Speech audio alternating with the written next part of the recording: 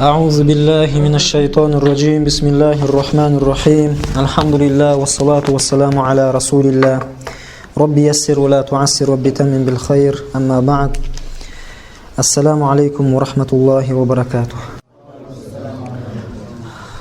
Қадірменді медресе шәкірттері, медресе ұстаздары және де медресеге келген қонақтар, Алла Тағала баршамыздың жасап жүрген құлшылық ғибадаттарымызды, ізгі амалдарымызды иншалла қабылдыққа жазсын деп Алладан сұраймыз. Иншалла уағызымызда бүгінгі таухид мәселесінде, Алла Тағаланың бірлігі мәселесінде болмақ. Және осы таухид мәселесіндегі кейбір айтылып жатқан пікірлер қандай, иншалла сол пікірлер жайында қысқаша сөз қозғап, әхлі сүнна уал жамааның ол пікірлерге қатысты ұстанымы қандай, иншалла сол мәселелерді біз айтатын боламыз. Басшылыққа алған кітабымыз доктор Омар Абдулла Камил деген бір ғалым кісінің Калиматун хадиа фи баяни хатаи тақсими сулафи лит-таухид, таухидты үшке бөлудің қателігін баяндау жайындағы тура жолға бастаушы калима деген бір кітап екен. Яғни кітаптың өзі айтып тұр. Бұл кітап таухидты үшке бөлудің қате екендігін бізге баяндайды екен.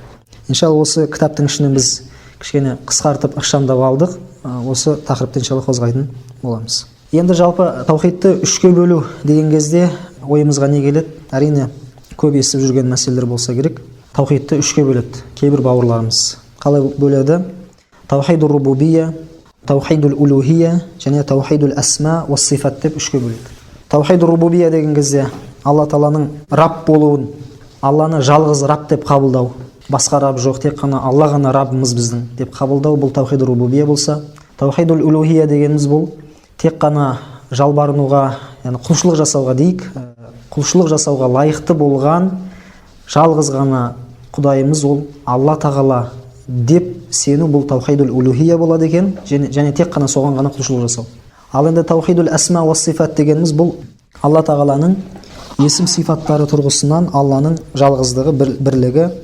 Бірақ енді таухидты бұлайша бөлген кісілердің айтулары бойынша бұл таухидул асма ва сифат мәселесінде бұл кісілердің қозғайтын мәселесі мынау. Яғни Алла Тағаланың есім сипаттары Құран кәрімде қалай ашық баяндалған болса, солай қабылдау дейді.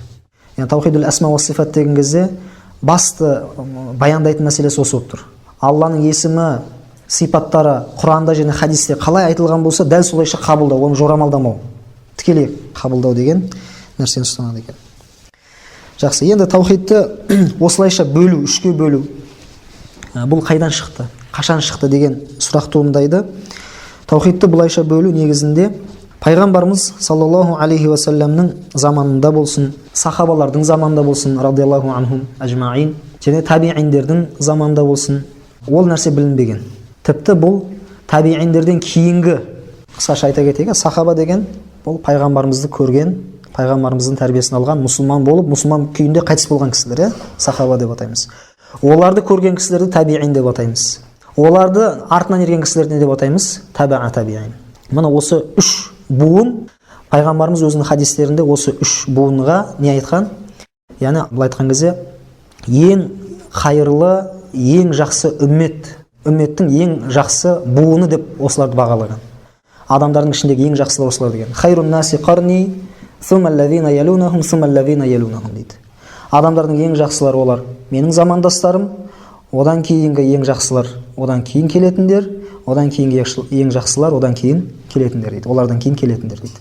Мұны осылайша үш поколенияны алған екен, үш буынды пайғамбарымыз хадисінде мақтаған екен. Осы үш ғасырдың өзінде білінбеген бұл нәрсе. Және де бұл үш ғасыр өткеннен кейін хижра 4-ші, 5-ші, 6-ші ғасырда да білінбеген, бірақ қашан?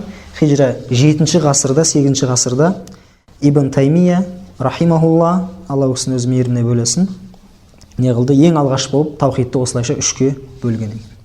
Түсінікті ма? Таухидты ең алғаш бөлген кім екен? Ибн Таймия екен.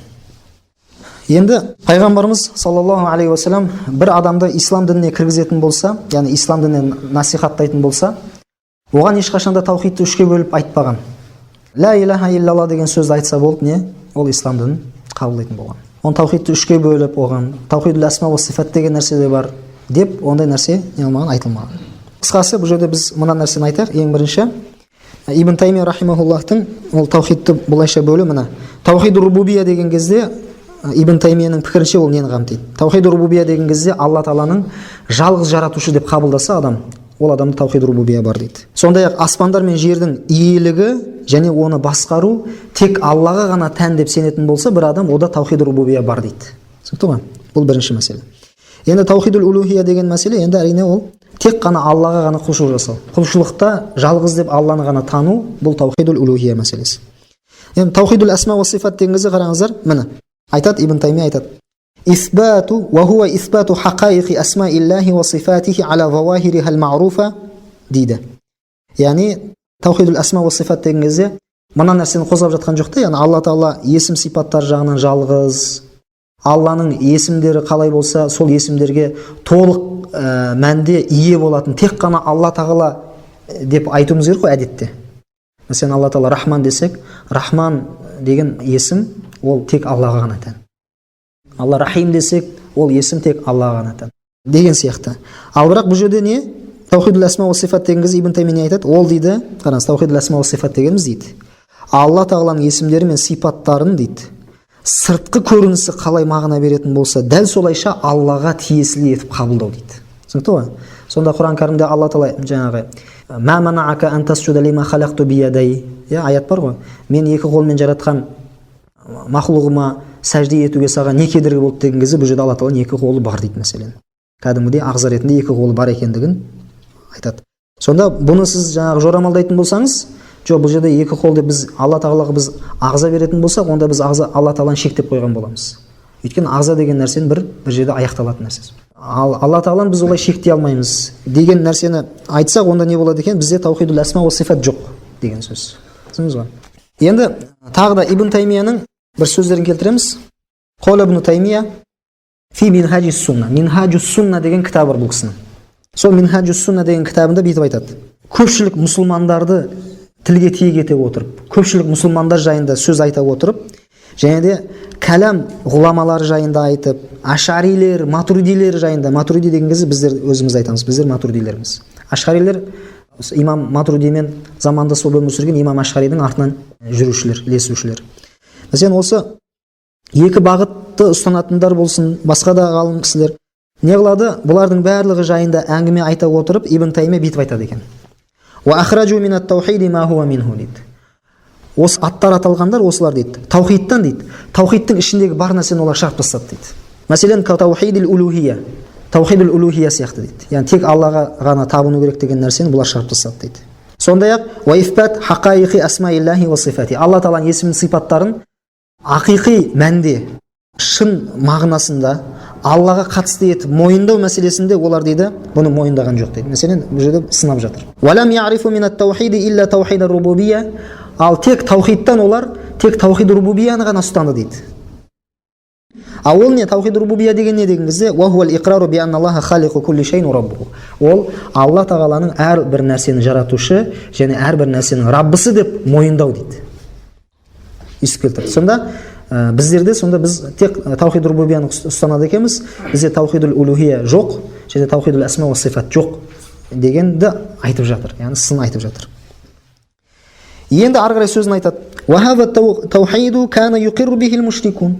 Ал бұл таухидты, яғни таухид рубубияны мушриктердің барлығы мойындайтын еді дейді. Мушриктердің барлығы бұны мойындайтын еді дейді. Аллазина қала Аллаху анхум. Алла Тағала олар жайында Құранда былай деп айтады. Бірінші бұл кісілердің дәлелдерін келтіреміз. Иншалла кейін олардың дәлелдерінің қаншалықты бұрыс екендігін яғни айтып жатамыз. Яғни аяттан дәлел келтірмекші болды, бірақ ол аяттар оларға дәлел боламайды негізінде. Бірақ оқи береміз. Валаин саалтахум ман халақас самауати вал арда ла яқулунналлах. Бұл Лұқман сүресінің 25 аяты. Егер сен оларға сұрасаң дейді, сұрақ қоятын болсаң, аспандар мен жердің раббысы кім деп сұрайтын болсаң, олар міндетті түрде саған айтады, Алла деп айтады дейді. Сонда мушриктер айтып жатыр, Алла аспандар мен жердің раббысы деп айтып жатыр. Демек оларда таухид рубубия бар деп айтып жатыр. Көрдіңіз бе? Осы жерде дәлел келтірді. Содан кейін тағы бір аят. Астағиду билла. Қул ман раббус самауати сам'i ва раббул аршил азим саяқулуна лиллах. Сен айт оларға, бұлай сұрақ қой дейді. жеті қат аспан мен ұлы аршының Раббысы кім деп сұрақ қой, олар айтады саған, ол нәрселер Аллаға тән, олардың барлығы Алланыкі деп айтады дейді. Міне бұл аятта неге дәлелдейді? Бұл кісілер демек жалпы сол кездегі мушриктерде таухид рубубия деген нәрсе болған дейді. Таухид рубубия болған дейді. Бірақ бұның қате екендігін қазір иншалла түсіндіріп жатамыз. Енді тағы да басқа бір кітабында Әхлу Суффа деп аталатын кітабы бар бұл кісінің, Ибн Таймияның. Ол кітабында бүйтіп айтады: Таухид рубубияти вахдаху ла янфил куфра ва ла якфи. Таухид рубубияның жалғыз өзі күфірді жоймайды, яғни адамды күпірліктен құтқармайды. Ва ла якфи, және жеткіліксіз дейді. Мәселен, бір адамда таухид рубубия бар болса, ол әлі кәпір болудан әлі шыққан жоқ дейді. Әлі де ол кәпір ол дейді. Түсіндіңіз ғой? Тек қана ода таухид рубубия бар себебі дейді. Және таухид рубубия жеткіліксіз дейді.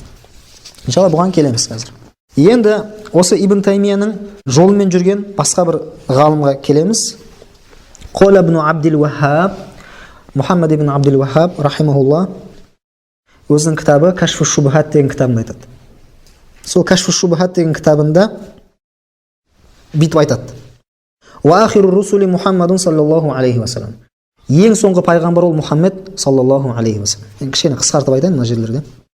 Бүйтеді: Арсалахуллаху иля қаумин ятааббадуна ва яхуджуна ва ятасаддақуна ва язкуруна Аллаха кафира. Алла тағала ол пайғамбарды, яғни соңғы пайғамбар Мұхаммед саллаллаху алейхи вассаламды сондай бір қауымға жіберді дейді. Ол қауым құлшылық жасайтын еді дейді. Ол қауым қажылық жасайтын еді дейді. Ол қауым садақа зекет беретін еді. Ол қауым Алла тағаланы көп еске алатын еді дейді. Валакиннахум яджалуна ба'дал махлуқати васаита байнахум ва байна Аллах. Бірақ олар дейді, алайда олар Алла менен өздерінің арасында бір махлуқтарды, жаратылғандарды бір дәнекер қылып ұстанатын еді дейді. Яғни қалай, жаңа пұттарға табынған кезде, мына пұттар бізді Аллаға байланыстырады. Біз мына пұтқа табынсақ, ол Аллаға табынғанмен тең деген сияқты нәрсені айтатын еді дейді. Қараңыз. Яқулуна, олар былай деп айтады: Нуриду минхуму тақарруба илаллах. Біз мына пұттарға табынған кезде, бұлар бізді Аллаға жақындатсын деп соны қалаймыз деп айтады. Оған байланысты аят бар, оны білесіздер, жаттағансыздар. Иншалла оны қазір келеміз тағы да. Ва нуриду шафаатахум индаху. Алланың алдында бұлар бізге шафағатшы болсын деп қалаймыз дейді. Кімдер сияқты олар? Қандай? Мислал малаика, періштелер сияқты. Ва Иса алейхиссалам сияқты. Ва Марьям анамыз сияқты. Ва унасин гойрихи минас солихин. Және де басқа да ізгі адамдар. Сонда қараңыз, бұл жерде малаика деген кезде бұлар жалпы мушриктерді айтып жатыр. Иса, Марьям деген кезде бұл жерде білесіздер христиандарды айтып жатыр. Демек, жалпы бұл ақидадағы кісілер, яғни Ибн Таймияның ақидасын ұстанатын кісілер, христиандар баршасы, яһудилер де баршасы, олардың барлығында таухид рубубия бар деп есептейді. Түсіндіңіз ғой, таухид рубубия тек қана арабтың мушриктерінде емес ол. Христиандарда да бар ол таухид рубубия дейді. Өйткені барлығы бір жаратушы Алла бар деп сенеді дейді. Бірақ иншалла бұған келеміз қазір. Және де басқа ізгі адамдар дейді. Міне сондай нәрсені айтты. Енді тағы да бұл да Кашфу Шубхат болса керек, я. Кашфу Шубхат кітабының басқа бір жерінде айтады, бүйтіп айтады. Фахаулаил мушрикуна муқирруна яшхадуна анна Аллаха хувал халиқу вахдаху ла шарика лаху. Енді бұл мушриктер дейді, мойындайды дейді. Яғни таухид рубубияны мойындайды. Куәлік келтіреді, Алла тағала жалғыз жаратушы деп куәлік келтіреді дейді. Және тек қана Алла ғана рызық беруші, тек қана Алла ғана өлтіруші, тек қана Алла ғана тірілтуші, мына істердің барлығын жүргізетін тек Алла ғана, жеті қат аспан мен оның ішіндегі, жеті қат жер мен оның ішіндегі барша нәрселер Алланың құлы, оның билігінде, оның мүлкінде екендігін мойындайды дейді. Міне осындай сөздер айтты. Бұдан кеп туындайтын нәтиже не? Бұл кісілердің пікірінше, яғни Ибн Таймияның жолымен жүретін кісілердің пікірінше, таухид рубубия деген нәрсе бәрінде бар нәрсе. Бір адамда таухид рубубия бар болса, ол оған таңғалуына қажет жоқ. Өйткені бәрінде бар ол таухид рубубия деген нәрсе. Енді қараңыз, бұның қазір айтты ғой, мына жерде мәселен бір сөз айтты. Алла тағала жалғыз ғана Алла тірілтеді деп сенеді дейді мушриктер дейді. Жалғыз Алла өлтіреді деп сенеді мушриктер дейді. Енді осының қаншалықты дұрыс емес екендігін біз қазір мына бір хадис арқылы осыны көретін боламыз. Қараңыз. Асбабун нузул деген кітап бар. Имам Әл-Уахиди деген ғалым кісінікі. Сіздер мына Құран жаттап жатсыздар. Осы Құранның аяттарының әрбір аяттары болмаса да, біраз аяттардың Құран кәрімде белгілі бір түсетін себептер болады. Мәселен, бір аят түссе, ол белгілі бір себепке байланысты түседі мәселен. Және сол себепке байланыстыра отырып, ғұламалар одан үкім шығарады. Аятты көрсе үкім шығара салмайды. Не істейді? Себепті байланыстыра отырып үкім шығарады. Енді сол имам Әл-Уахиди мына Ясин сүресінің 78-79 аяттарының сәбәбі нұзулын түсіндіреді. Ол аяттар не үшін түсті деген кезде бүйтіп айтады. Инна Убай ибн Халаф атан набий саллаллаху алейхи ва саллям. Бір күні Убай ибн Халаф бұл мушриктердің, меккелік мушриктердің басында, жаңағы басшыларының бірі болып табылады. Сол Убай ибн Халаф не істейді? Пайғамбар алейхиссаламға келеді.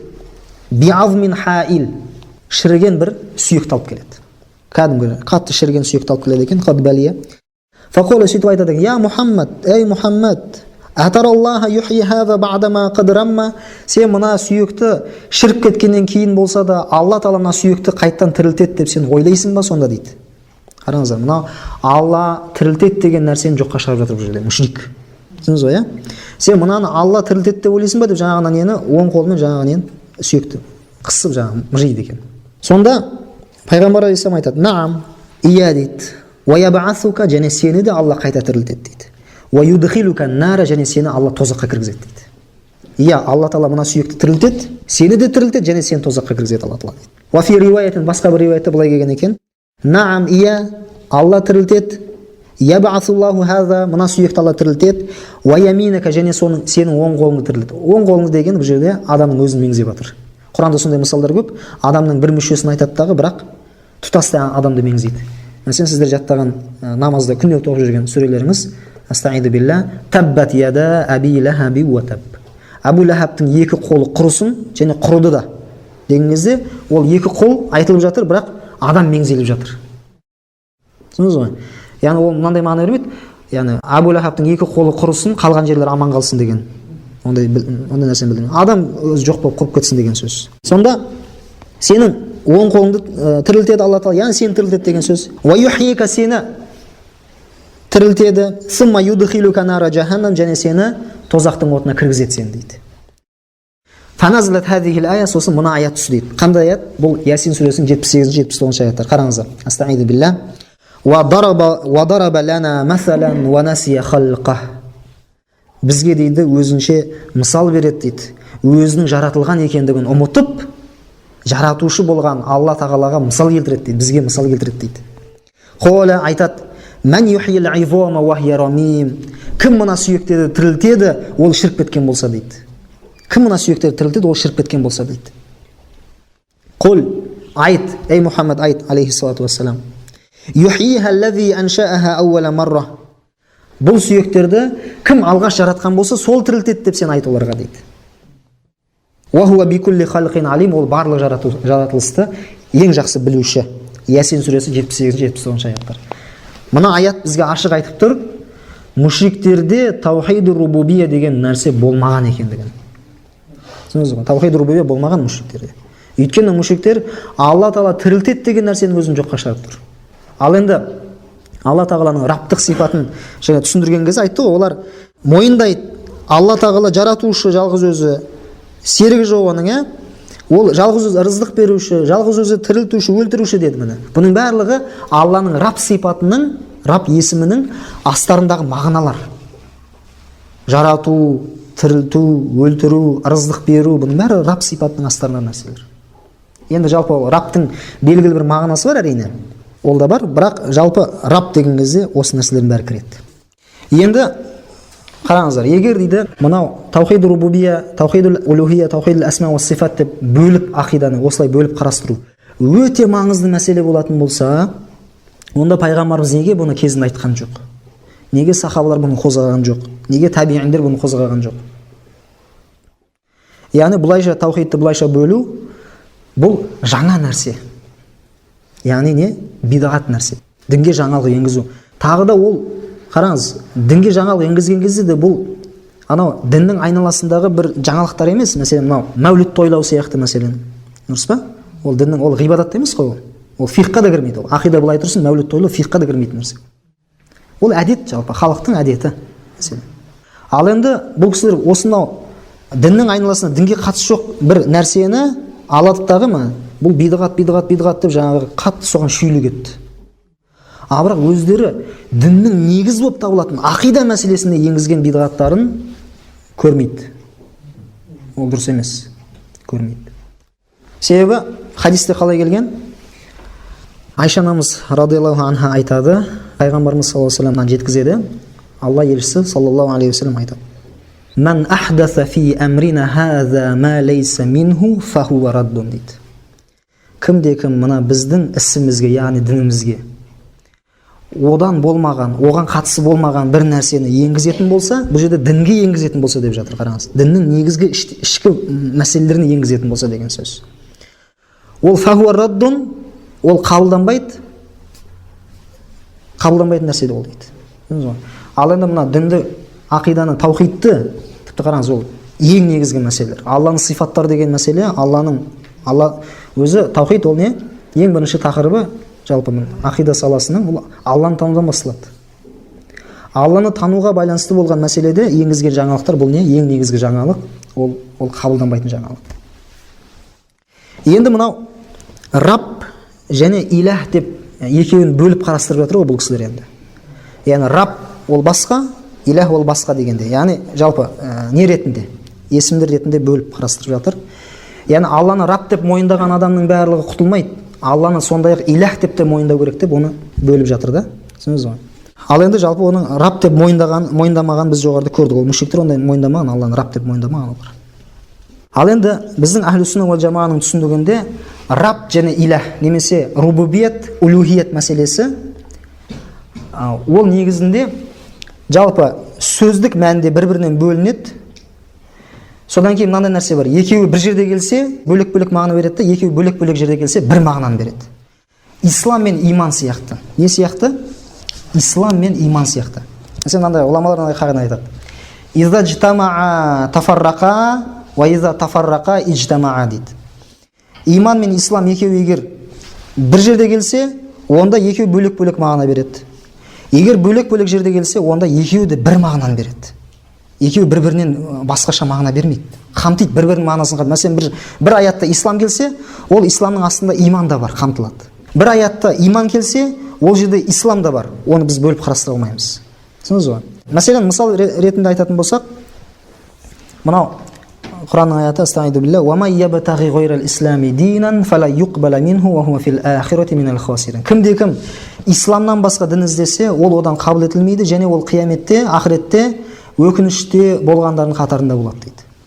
Яғни өкінішке ұшырайды. Сонда бұл жерде ислам айтылып жатыр, бірақ астарда не бар? Иман да бар. Өйткені имансыз ислам бола алмайды. Түсінікті ғой?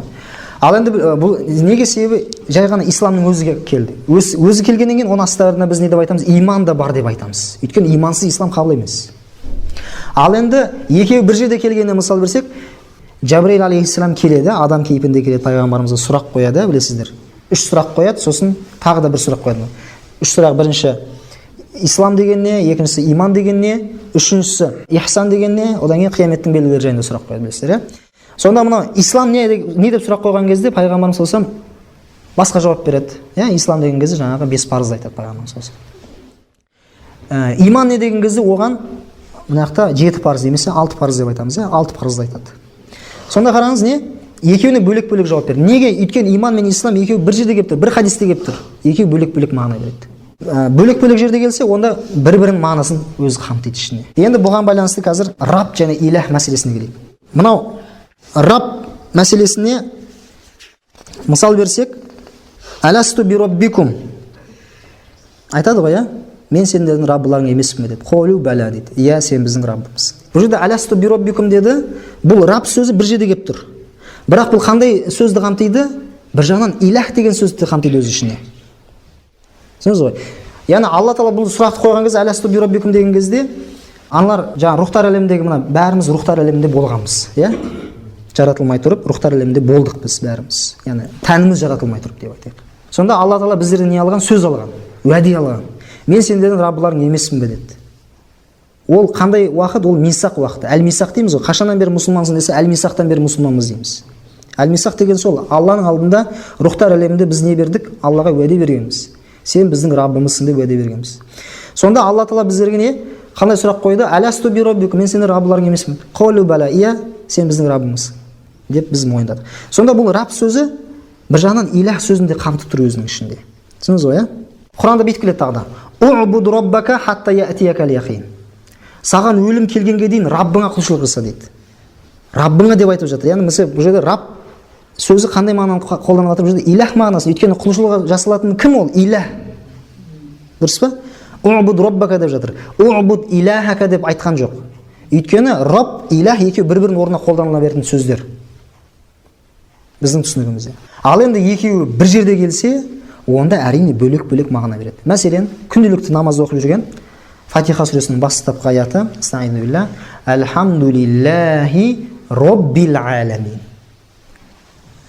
Әлемдердің Раббысы болған Аллаға мақтау болсын дейді. Бұл жерде лиллахи Аллаға деді, одан Робби деп бөліп айтты. Екеуі бір жерде келгеннен кейін қандай мағына береді? Бөлек-бөлек мағына береді. Бөлек-бөлек мағына береді.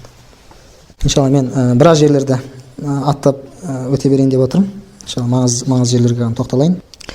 Мәселен, мушриктердің тек қана бұл кісілер айтты ғой, Ибн Таймияның үзеңгілестері айтты ғой.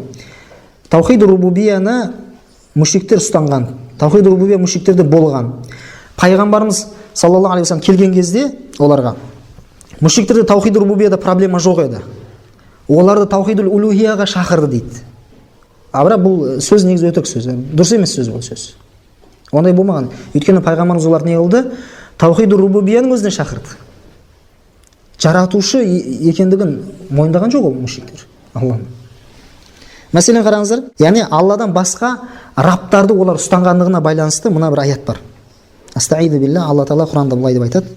Вала яъмуракум, Алла Тағала сендерге бұйырмайды, ан таттахизул малаиката уан набийина арбаба. Алла Тағала сендерге бұйырмайды періштелер мен пайғамбарларды рабтар етіп ұстануға. Тек қана раб емес, бір раб емес, рабтар етіп ұстануға Алла Тағала сендерге бұйырмайды дейді. Сонда демек мушриктер не деп ұстанған?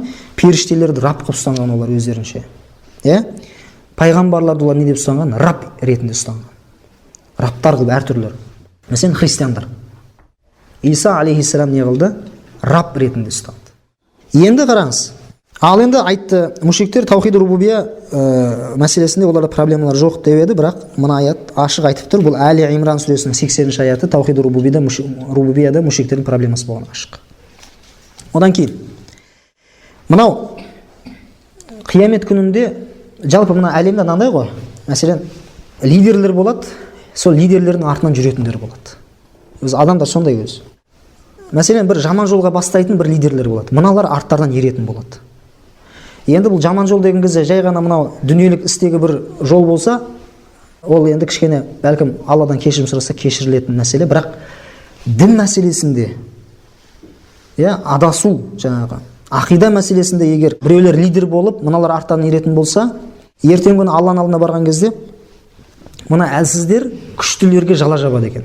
Сендердің соңдарынан біз ердік, сендер бізді ертпегенде, бізді адастырмағанда біз тура жолда болатын едік деген сияқты нәрселерді айтады. Бірақ ақиретте ол нәрсе қабылданбайды. Өйткені ол не? Адам өз еркімен жасайды әрекеттерін. Ақыл бар ғой. Ол адам мукаллаф. Оның ақылы бар, ол жынды емес, балиғат жасқа толған, Ол енді не істейді? Өзінің іс-әрекеттері үшін өзі жауап береді. Анау пәленшенің артынан еріп едім, сөйтіп сонымен бірге жаңағы құлап өлдім деген сияқты нені айтқанмен, ол бәрі ол сылтау қабылданбайды ақиретте. Енді қараңыздар. Енді бұл әлсіз адамдардың қиямет күнінде мынандай бір жағдайларын айтады Алла Тағала. Бүйтеді. Астағфиру билlah. Әлсіздер айтып жатыр. Өздерінің жаңағы ерген адамдар бар ғой, басшылары, соларға айтып жатыр. Бүйтіп айтады. Әлсіздер айтады. Таллахи, Аллаға ант етеміз.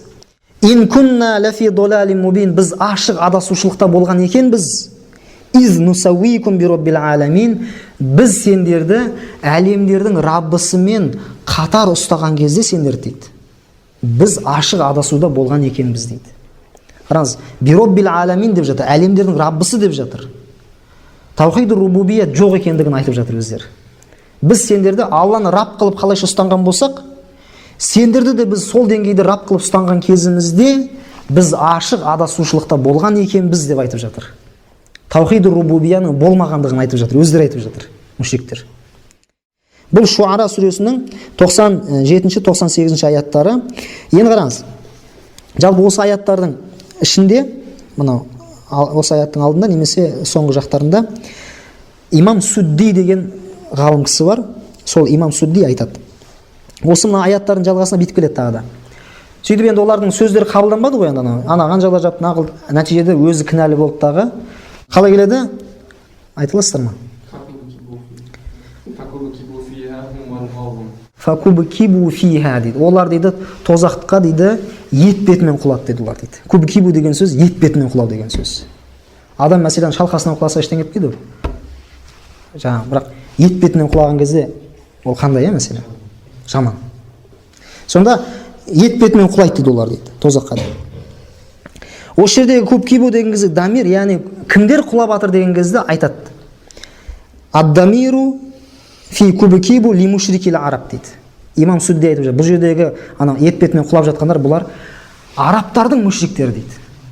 Арабтардың мушриктері ет бетімен құлап жатыр дейді. Яғни арабтардың мушриктері айтып жатыр мына жерде. Аллаға ант етеміз, біз сендерді әлемдердің Раббысымен қатар тұтқан кезімізде ашық адасушылықта болған екенбіз деген кезде бұл сөздерді айтып жатқан кімдер? Арабтардың мушриктері. Қияметте. Ал олар айтып еді, пайғамбар сондай қауымға жіберілді, олар көп құлшылық жасайтын еді, Алланы көп зікір ететін еді, қажылық жасайтын еді, садақа беретін еді деді. Тек қана бір нәрсе жетпейді, олар Аллаға табынған жоқ, бірақ Алланы мойындады дейді. Мына жерде ашық айтып тұр, ондай нәрсе болмағанда. Содан кейін мына аятты қараңыздар. Бұл кісілер айтты ғой тағы да. Мынау Әхлі Суффа деген кітапта Ибн Таймия не деп айтты? Мынау таухид рубубия адамды күфірліктен құтқармайды деді. Және ол жеткіліксіз деді. Мәселен, Алланың Раб екендігіне біреу сенсе, ол жеткіліксіз, оны ол құтқармайды деді ғой, ол мұсылман болып кетпейді ол деді. Бірақ Алла Тағала Құран кәрімде бүйтіп айтады. Рухтар әлемінде біздерге сұрақ қояды. Аласту би роббикум, мен сендердің Раббыларың емеспін бе? Қолу бәлә, иә сен біздің Раббымыз. Сонда Алла Тағала аласту би роббикум деген кезде, иә деп мен сендердің Раббыларың емеспін деген кезде, иә сен біздің Раббымызсың деген кезде, олардың жауаптарын Алла Тағала қабылдап жатыр да. Таухид рубубияны ұстанса адам, оны Алла қабылдап жатыр. Жеткілікті екендігін айтып жатыр Алла Тағала. Бірақ бұл кісілер айтып жатыр, жоқ, жеткіліксіз дейді. Түсіндіңіз бе? Иә, Алла қабылдап тұр. Араф сүресінің 172 аят екен. Содан кейін егер дейді, таухид рубубия жеткіліксіз болса, онда неге Алла Тағала олардан уәде алды? Неге Алла Тағала ол нәрсен, жеткіліксіз нәрсені Алла Тағала неге оларға жүктеп жатыр дейді? Жеткіліксіз нәрсені жүктеп жатыр ма сонда Алла Тағала оларға? Содан кейін қиямет күнде тағы да бүйтіп айтады олар. Жаңағы осы аяттың жалғасы болса керек. Аласту би роббикум, қолу бәлә шахидна дейді ғой. Иә, біз куә келтіреміз деді, куә келтірдік деді. Куәлік келтірдік деді. Содан не дейді? Антақулу яумал қиямати, яғни қиямет күнде олар былай деп айтады. Инна кунна ан хаза ғафилин. Біз бұл нәрсені, біз не істеген екенбіз? Бұл нәрседен ғапыл болған екенбіз дейді. Өзі ғапылдық деген сөз бұрын біліп, кейін ұмытқан нәрсені айтады, ғапыл дейді. Яғни қиямет қайым болған кезде, перделер, адам өлген кезде перде ашылады да көзінен. Сонда адам ақиқатты көре бастайды. Бұрынғы рухтар әлемінде берген уәдесін есіне түсіреді. Түсіндіңіз бе? Сонда осындай жағдайда ол адам қиямет күнінде не деп айтып жатыр?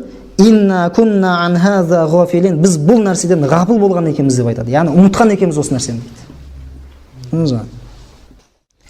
Мәселен, пайғамбарымыздың хадистеріне де қысқаша келсек, пайғамбарымыз саллаллаху алейхи уассалам хадисінде айтады, анау періштелер адам баласының жамбасы қабірге тигеннен кейін, ана туысқандардың бәрі кетіп қалғаннан кейін, періштелер келіп сұрақ қояды, 3 сұрақ қояды.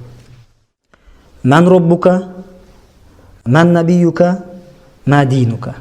Сенің Раббың кім? Сенің пайғамбарың кім? Одан кейін сенің дінің не? Деп сұрақ қояды. Сонда қараңыз. Періштелер мән роббука деп сұрақ қойды. Сенің Раббың кім деп сұрақ қояды періштелер.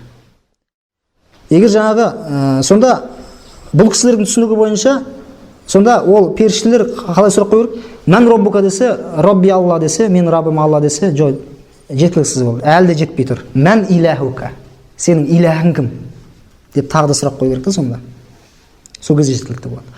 Періштелер оны бөліп жатқан жоқ. Ол таухид, ол біреу. Алланың Рабб екенін мойындаған адам, ол Аллаға табынады, құлшылық жасайды. Құлшылық жасамай жүрсе, мынаны қараңыздар, құлшылық жасамай жүрсе, ол өзінің несінен, жалқаулығынан, ол білімсіздігінен, Ол еріншектігінен. Әйтпесе ол жалпы Алланы Раб деп мойындайды. Мәселен, біздің жалпы қазақ халқы, басқа да мұсылман халықтардың іштеріндегі жаңағы амал жасамай жүрген адамдар Алланы Раб деп мойындайды мәселен. Білет, Аллаға құлшылық жасау керек дейді, білет. Бірақ ары қарай сұрай беретін болса, неге намаз оқымайсың деп сұрай беретін болса, не қылады? Ар жағында бір жалқаулық сөздер шыға бастайды. Ой, мен жұмыстамын, осылай пенсияға шығып алайын деген сияқты не қылады. Бірақ мойындап тұр өзі. Түсінікті ғой?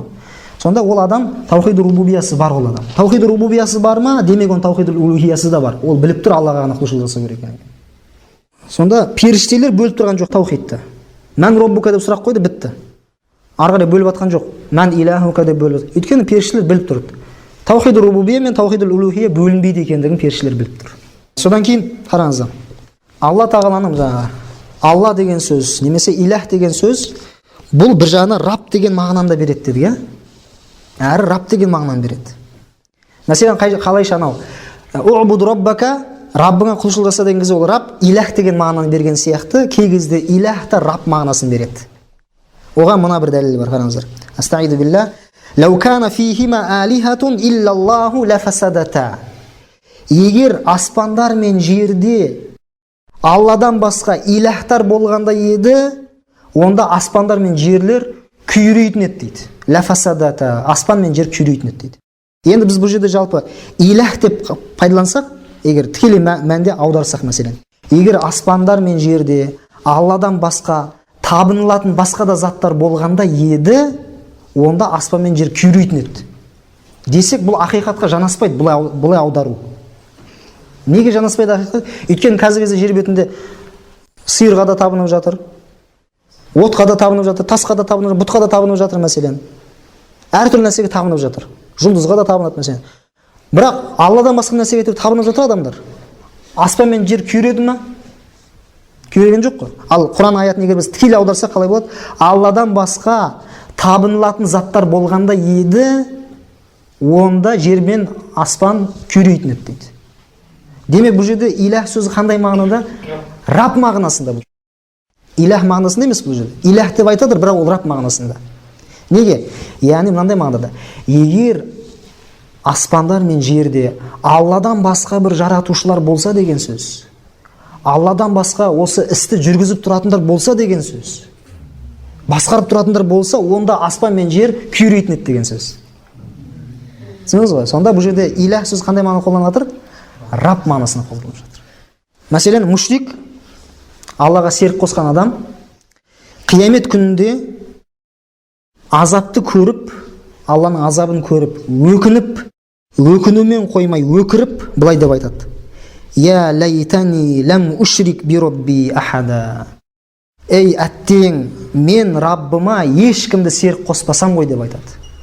Бұны мушрик айтып жатыр. Раббыма қияметте ешкімді серік қоспасам ғой деп айтып жатыр. Сонда қараңыздар, бұл жерде не демек, ол басқаларды Раб деп таныған да?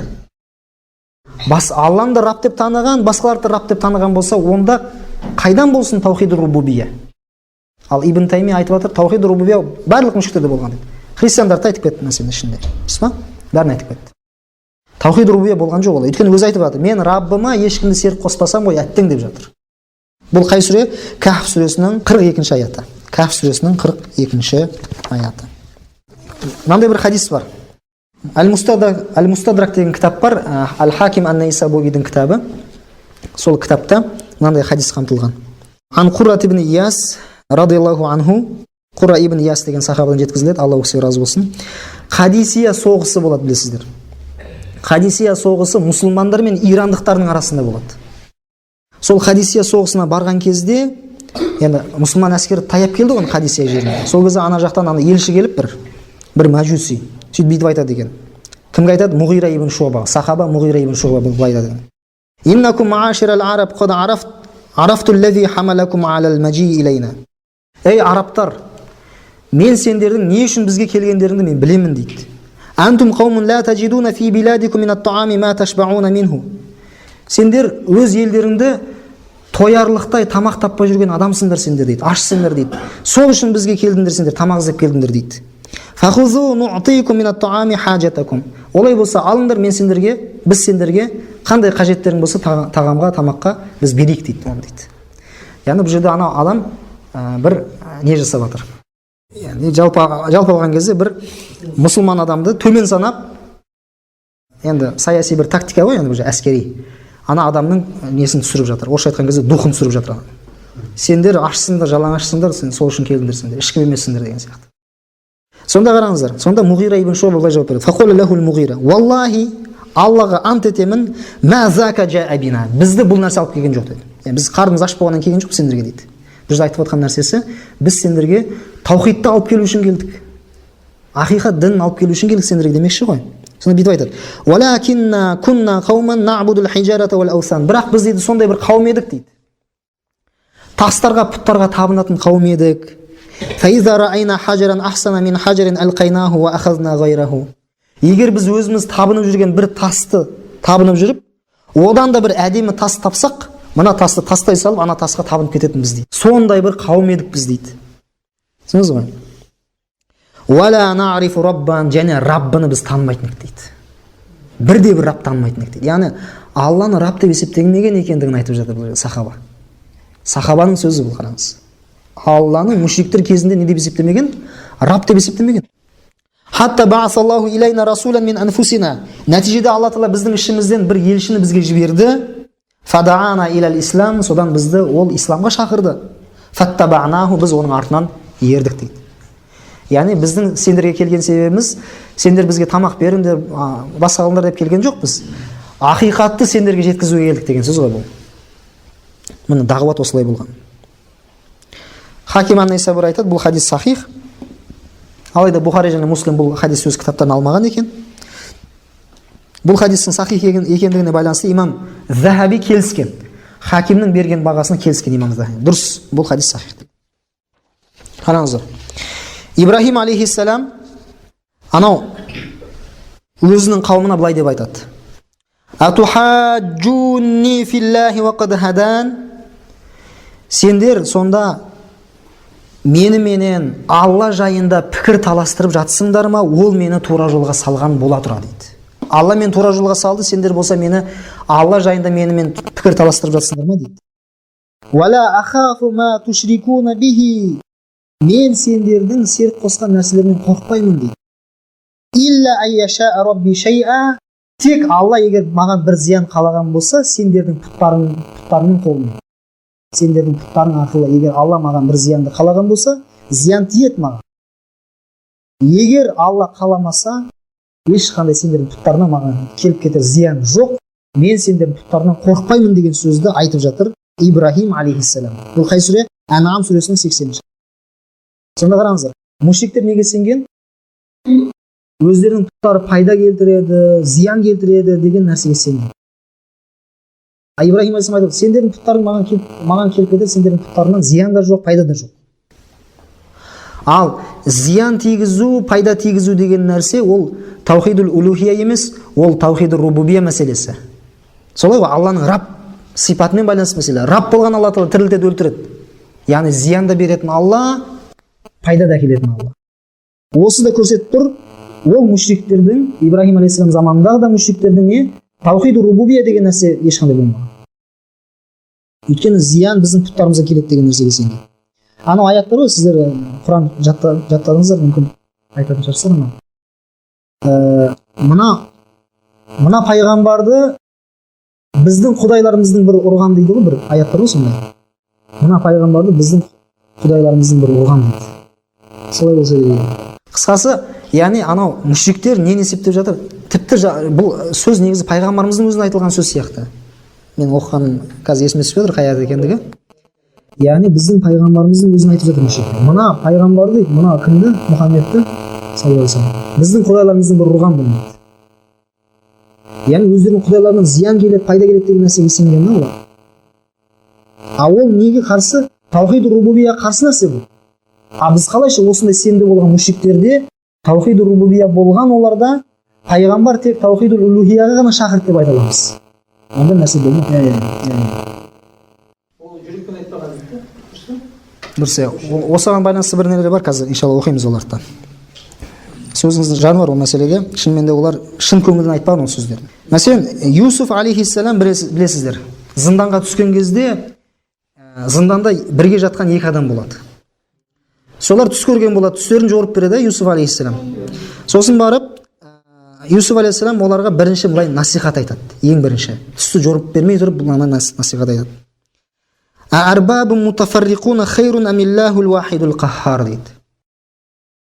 Бөлек-бөлек раббылар қайырлы ма, жақсы ма, абзал ма, немесе жалғыз болған өктемдік иесі Алла артық па дейді. Жалғыз болған Алла артық па, бөлек-бөлек раббылар артық па дейді. Сонда олар ана бөлек-бөлек нелерді раббы деп ұстанғанда олар. Таухид рубубия болмаған оларда. Юсуф алейхиссалам соған шақырып жатыр. Таухид рубубияға шақырып жатыр. Фираун бүйтіп айтады: "Ана раббукумул а'ла." Мен сендердің ең ұлы раббыларыңмын дейді. Бұл не деген сөз? А'ла деген сөз ең жоғары деген сөз. Менен жоғары раббы жоқ деген сөз. Фираун осы сөзді бекер айтпаған, осы сөзді айтқан және халқының бәрін соған сендірген. Өзінің жалпы раб екендігін мойындатқан халқына. Халқы оның жалпы алған кезде қол астында болған, ештеңе істей алмаған оған қарсы. Раб екендігін мойындап қойған баяғыда. Сонда ол қауымда, яғни олардың ішінде қыптилар бар, жаңағы өзінің ұлты бар, кімнің? Фирауынның, және сыбти дейміз, бұлар кімдер? Яһудилер. Муса алейхиссалам сол яһудилерді құтқарып алуға барады ғой. Сонда олардың барлығында не? Таухид рубубия болмаған оларда. Бұл Назиат сүресінің 24-ші аяты. Фираун Мусаға былай сұрақ қояды: "Уама раббул аламин?" Әлемдердің раббысы не ол? Әлемдердің раббысы деген нәрсені қабылдамағанда не ол деп сұрақ қойып жатыр. Шуара сүресінің 23-ші аяты, 23-ші аяты. Ал Муса алейхиссалам былай жауап береді: "Раббус самавати вал арды ва ма байнахума." Әлемдердің раббысы дегеніміз ол аспандар мен жердің раббысы және олардың арасындағы нәрселердің раббысы. Және де былай айтады: "Раббукум ва раббу абаикумул аувалин." Ол сендердің раббыларың және сендердің алғашқы ата-бабаларының раббысы. Алла Тағала. Бұл Шуара сүресінің 26-ші аяты. Сонда бұл жерде де көрініп тұр, оларда таухид рубубия болмаған мүшриктер. Анау кімдерді? Яһудилерді құтқарып алады. Кімнің? Фирауынның қолынан сөйтіп судан өткен кезде, ана Фирауынның әскері суға келген кезде, су жабылаттағы олар қырылып өледі. Сонда жаңағы мынау яһудилердің сондай таухид мәселесінде сондай не проблемалар болғандығы, анау көздерімен көрді. Фираунды Алла Тағала судың астына жаңағы не қылып батырып өлтіріп жіберді. Алла Тағала өз көздерімен көрді сол нәрсені. Бірақ келе жатып қандай сұрақ қояды білесіздер? Анау бір адамдарды көреді ғой, пұтқа табынып жатқан болады. Сөз айтады: "Ей Муса, бізге де бір құдай жасап берсейші, мыналар сияқты біз де табынайық" дейді мәселе. Сол нәрсе. Яғни олар не? Арттарынан жаңағы анау тағы да бір қиын жағдай төніп қала ма деп қорқып тұр. Баяғыда анау кімді? Фираунды раб ретінде мойындап қойған да. Одан қатты қорқады. Бізге бір басқа нәрсе, бір зиян келе ме деп қорқады. Сол зияндарды бізден аластататын нәрсе мына пұттар деп сенеді. Таухид рубубия болмаған бұларда. Түсіндіңіз ме? Содан кейін Муса алейхиссалам анау Тури Сина тауына шығып бара жатқан кезінде інісі жаңағы бауыры кімді қалдырып кетеді? Харунды қалдырып кетеді. Харун алейхиссалам: "Сен мыналарға бас көз бол" дейді. "Осыларды бақыла сен" дейді. Бұлар тағы да бір қате тірліктер жасап қоймасын дейді. Сонда олар Муса алейхиссалам кеткеннен не істейді? Алтыннан не жасап алады? Өгіз жасап алады. Сөйтіп соған табынады. Сонда Харун алейхиссаламның айтқан сөзі оларға мынандай. Құранның аяты бұл. Таха сүресінің 90-ші аяты бүйтіп айтады Харун алейхиссалам: "Ва инна раббакумур рахман." Сендердің раббыларың Рахман дейді. Рахман болған Алла Тағала ол дейді, сендердің раббыларың. Мына бұзау емес, мына өгіз емес сендердің раббыларың. Рахман болған Алла сендердің раббыларың дейді. Сонда бұл да көрсетіп тұр, ол яһудилердің не болмаған? Таухид рубубия болмаған.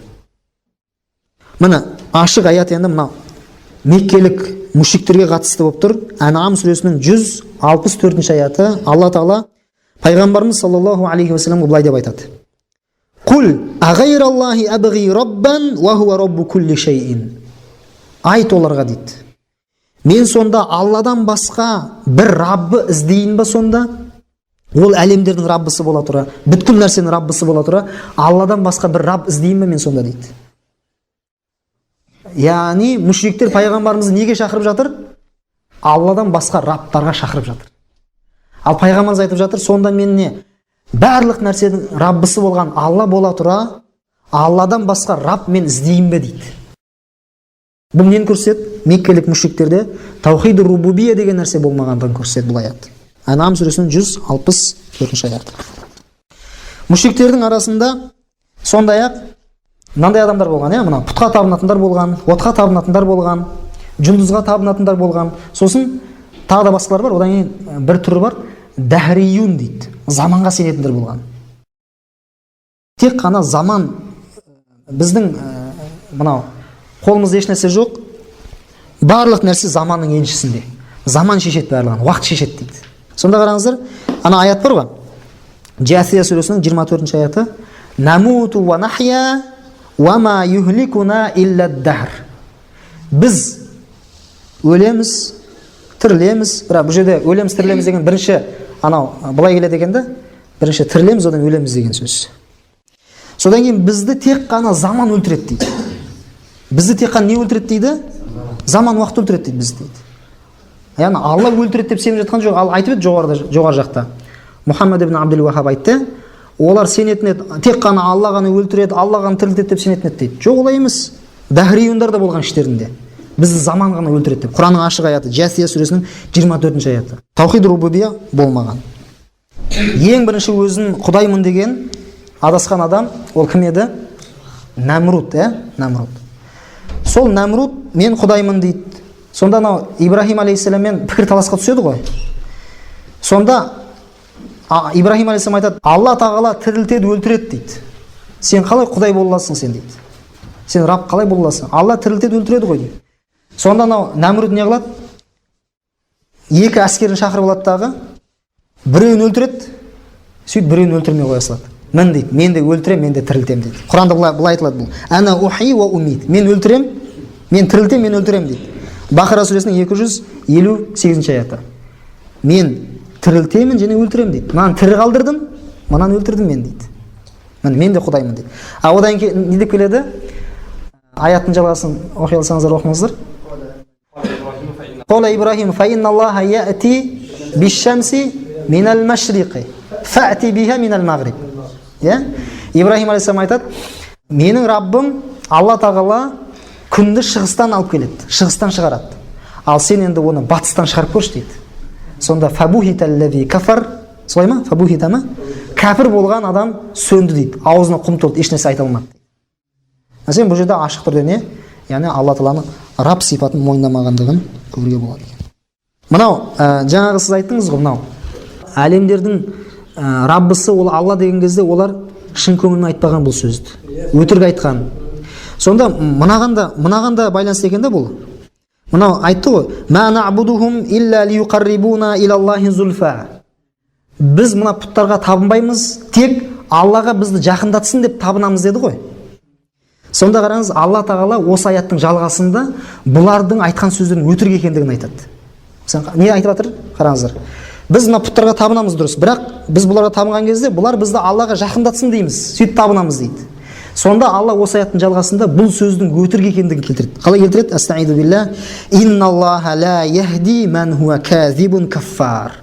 Алла тағала өтірікші болған, каффар, кәпір болған адамды тура жолға салмайды дейді. Яғни ана сөздің өтірік екендігін айтып жатыр. Сонда бағана сіз айтқан нәрседе әлемдің раббысы не деп сұрақ қой, олар Рахман, яғни Алла деп айтады олар дейді. Ол да негізінде жалпы өтірік сөз болуы мүмкін. Дегенмен де ол сөз жалпы мейлі шын деп қабылдасақ та ол сөздерді. Яғни әлемдердің раббысын Алланы жаратушы деп қабылдағанның өзінде, ол жаратушы ретінде қабылдаса, ол таухид рубубия ол адамда бар деп айта алмаймыз. Мәселен қазіргі кезде адамдар бар, мәселен, бір жаратушы Құдай бар ғой деп сенеді. Жаратушы Құдай бар ғой деп сенгеннің барлығын біз мұсылман деп айта алмаймыз, немесе таухид рубубия да бар деп айта алмаймыз. Ашық түрде айту керек.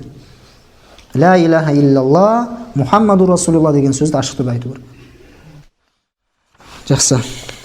Мынау соңғы иншалла аятымыз осы болсын. Содан кейін кішкене қорытындылайтын боламыз. Алла Тағала Құран кәрімде мынау білесіздер.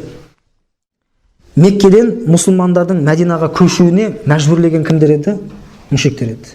Мушриктер сондай жағдайға өздері алып барды, соны кетуге мәжбүрледі мұсылмандарды.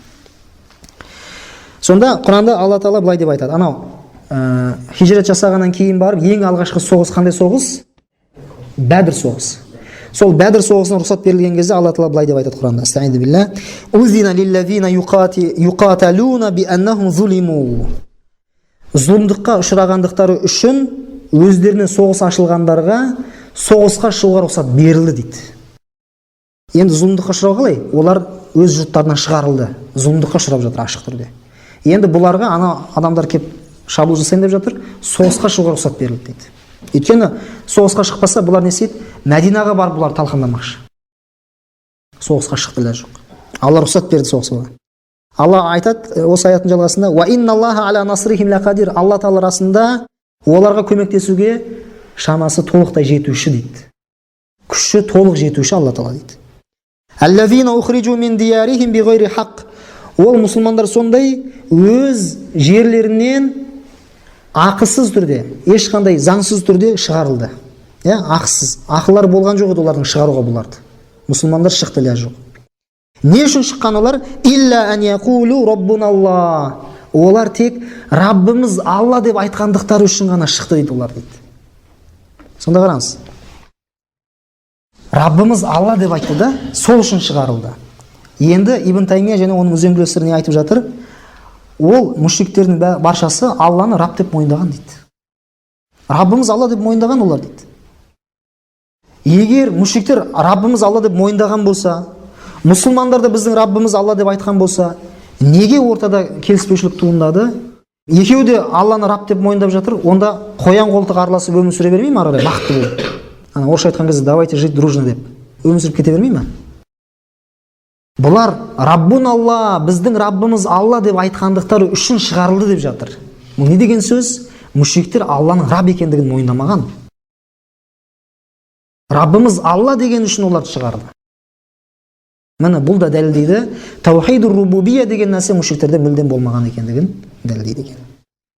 Иншалла енді біз түйіндейік бұл мәселелерді. Жалпы таухидур рубубия мәселесін бөлу айттық. Бұл нешінші ғасырда басталған нәрсе? Хижри 7-ші ғасырда, оған дейін ешнәрсе болмаған бұған байланысты. Жалпы енді таухидур рубубияны бұлай бөлуге алып барған себептер не деген кезде? Жалпы таухидур рубубияны бұлай бөлу оларға не үшін пайдалы бұл? Себебі бұл мынадан кеп туындайды. Түбі негізінде бұл кісілерде не бар? Хариджилердің ұстанымдары бар. Түбінде бар. Мәселен, қазір кезде де бөлінеді. Мәселен, бір кісінің артынан, олар мәселен 20-шы ғасырда 3 шейх өмір сүрген, солардың артынан ереді. Сол 20-шы ғасырдағы 3 шейхтің жаңағы біреуі мәселен намаз оқымаған адамды кәпір емес деп айтады. Ал біреулері бар, намаз оқымаған адам кәпір дейді мәселен. Көрдіңіз, сонда өздерінің арасында бөлініп тұр. Түбінде негізінде анау харижилерге барып тіреледі. Харижиттер не деп сенген? Үлкен күнә жасаған адам, мейлі үлкен болсын, мейлі кіші болсын, күнә жасаған адам діннен шығып кетеді деген олар. Харижиттер солай сенген. Сонда қараңыз. Демек, бір адам келіп, сен намаз оқисың ба деп сұрақ қоясың. Ол адам сұрақ қояды. Сонда, жоқ, намаз оқымаймын. Кімсің сен десе, мен мұсылманмын енді, дінмен жүріп жатырмын десе, намаз оқымайсың сен арақ ішіп жүре бересің десе, енді мен енді қазір осыған үйреніп қалдық. Әйтеуір түбі тастаймын ғой арағымды, намаз оқимын ғой түбі, бірақ қазір енді оқи алмай жүрмін дейтін болса, Аллаға сенесің бе? Иә, Аллаға сенем, Алла Тағала жалғыз жаратушы деп сенем десе, олай сенің сенімің бұл бос. Өйткені бұндай сенім мушриктерде де болған дейді. Мушриктер солай сенген. Әйтеуір бір жаратушы бар деп сенген. Сенің ол мушриктен қандай фарқың бар, айырмашылығың бар дейді. Сонда қараңыздар, бұндай сенімдегі адам өте тез такфир жасауға асығыс болады. Такфир жасауға деген батылдық болады бұл адамда. Сондықтан да жалпы алған кезде такфири жамағаттар ақида мәселесінде біріп кететін жерлер бар бұл кісілермен. Түсіндіңіз ба? Яғни жақындап кетеді. Такфир жамағат солардан шығып жатыр ма? Иә, солардан шығып жатыр, дұрыс айтасыз. Сондықтан да біз не істейміз бұндай мәселеге жалпы осыған байланысты мына кімнің айтқан сөзі бар? Мына таухидты, мына таухид асма ва сифатты қозғамайды да, бірақ таухидул рубубия, таухидул улухия деп бөлуді дұрыс деп айтқан екен біздің ханафи ғалым Алиул Қари. Аль-Фихул Акбар кітабына шарх жазған Алиул Қари деген ғалым бар, сол кісі таухидты осылай бөлуге болады дейді. Мынау ақидаға байланысты бір өлең жырлар жазған имам Оштан шыққан ғалым Әл-Уши деген ғалым бар. Сол кісінің кітабына шарх жасайды Алиул Қари. Дауул Маали деген кітап. Сонда фи бадиил амалияна, бадиул амали деген кітапқа шарх жасайды. Сонда айтады, яғни таухидты бұлай бөлуге болады дейді. Бірақ бұлай бөлгенде де ары қарай кетпеу керек. Яғни таухидты бұлай бөліп қарастырсаң болады, түсіндіру үшін, үйрету үшін. Бірақ оны ары қарай кетіп, адамдарды такфир жасауға ондай нәрсеге болмайды. Осындай мәселелер айтылады қысқасы. Сосын ең соңғы сөзіміз мынамен болсын. Біздің Абу Ханифа рахимахулла өзінің мынау Әл-Уасия деген кітабында, ақида кітабында бүйтіп айтады. Алла тағалаға деген иманымыз иман. Ол артпайды және кеммейді дейді. Иман артпайды және кеммейді дейді. Иманның артуы деген сөз ол күфірліктің азаю деген сөз ол дейді. Күфірлік, иманның әлсіреу деген сөз, азаю деген сөз, күфірліктің көбею деген сөз дейді. Ол сөйтіп түсінуге болады мұны дейді. Бұл сондай мағына келеді дейді. Қалайша бір адам бір уақыттың ішінде әрі кәпір, әрі мұсылман бола алады дейді. Түсіндіңіз ғой? Әрі кәпір, әрі мұсылман бола ма бір адам бір уақыттың ішінде? Ол бола алмайды. Яғни бұл жерде имам Абу Ханифа айтып жатқан нәрсесі, мәселен бір ыдыс болса, ыдыстың ішінде егер су азаятын болса, ішінде ауа көбейеді. Солай ғой? Су көбейсе, ауа азаяды. Иман осындай деңгейде артып кему деген иманда болмай, иман ол біреу-ақ. Түсіндіңіз ғой? Сонда егер мына кісілердің айтуы бойынша мушриктерде таухид рубубия болған еді, таухидтың бір бөлігі болған еді, таухидты үшке бөлсеңіз, жаңағы 33-33-33-тен бөлсеңіз, мәселен 33,3 дейікші, былай бөлсеңіз, сонда мушриктерде таухидтың белгілі бір бөлігі болған еді десеңіз, сіз иманды бөлген боласыз. Ал Абу Ханифа не айтып жатыр? Иман бөлінбейді дейді. Иманның көбею деген сөз, иман артады десек, онда біз не? Иман жаңа күфір азаяды деген сөз. Иман кемейді десек, азаяды, көбейеді десек, күфір азаяды, кемейді десек, күфір көбейеді деген сөз. Қалайша бір адам бір уақыттың ішінде әрі мұсылман, әрі кәпір болады дейді. Ол нәрсе болмайды. Ал енді имам Бухаридің айтып жатқан мәселесі ана кітабында айтады, ол Сахих кітабында. Ал-иману қаулун ва амалун язиду ва янқусу дейді. Ва язиду ва янқусу. Иман дегеніміз ол сөз және амал, ол артады және кемейді дейді. Мына аят фазадатхум имана деп келеді ғой. Сол аяттың басталады. Оларға бір аят келген кезде фазадатхум имана. Ол аят олардың имандарын арттырды дейді. Сонда қараңыз, бұл осы аяттарды келтірген имам Бухари. Енді бұл кісілер не істейді? Mesela кейбір кісілер айтады, имам Бухаридің сөзі менен имам Абу Ханифаның сөзін екеуін бір-біріне қарсы қойып қояды. Қара, Абу Ханифа иман артпайды, кеммейді деп айтып жатыр. Бірақ имам Бухари Құранның аяттарына мысал келтіре отырып, дәлел келтіре отырып, иманның артатындығын, иманның кемейтіндігін дәлелдеп берді дейді. Сонда не? Имам Бухариге Абу Ханифаны қарсы қойып қояды дағы, автоматты тұрғыда не? Абу Ханифаны былай ысырып тастай салады. Бірақ Абу Ханифаны айтып жатқан иман артады, кемейді деген басқа мәселе, имам Бухаридің айтып жатқан иман артады, кемейді деген ол басқа мәселе. Имам Бухаридің айтып жатқан мәселесі мынау, қараңыздар. Сахабалардың кезі әлі толық Алланың аяттары түсіп біткен жоқ. Аяттар білесіз 23 жылда түсті, аяттар. Сонда бір аят түсетін болса, олардың фазадатхум иманы, ол аят олардың имандарын арттырды. Яғни анау бастапқыда мынандай нәрсеге иман келтіруші еді, аят түсті мына нәрсеге де иман келтіретін болды. Осылайша имандар артып баратыр. Түсінесіз ғой? Бұны солай түсінеді.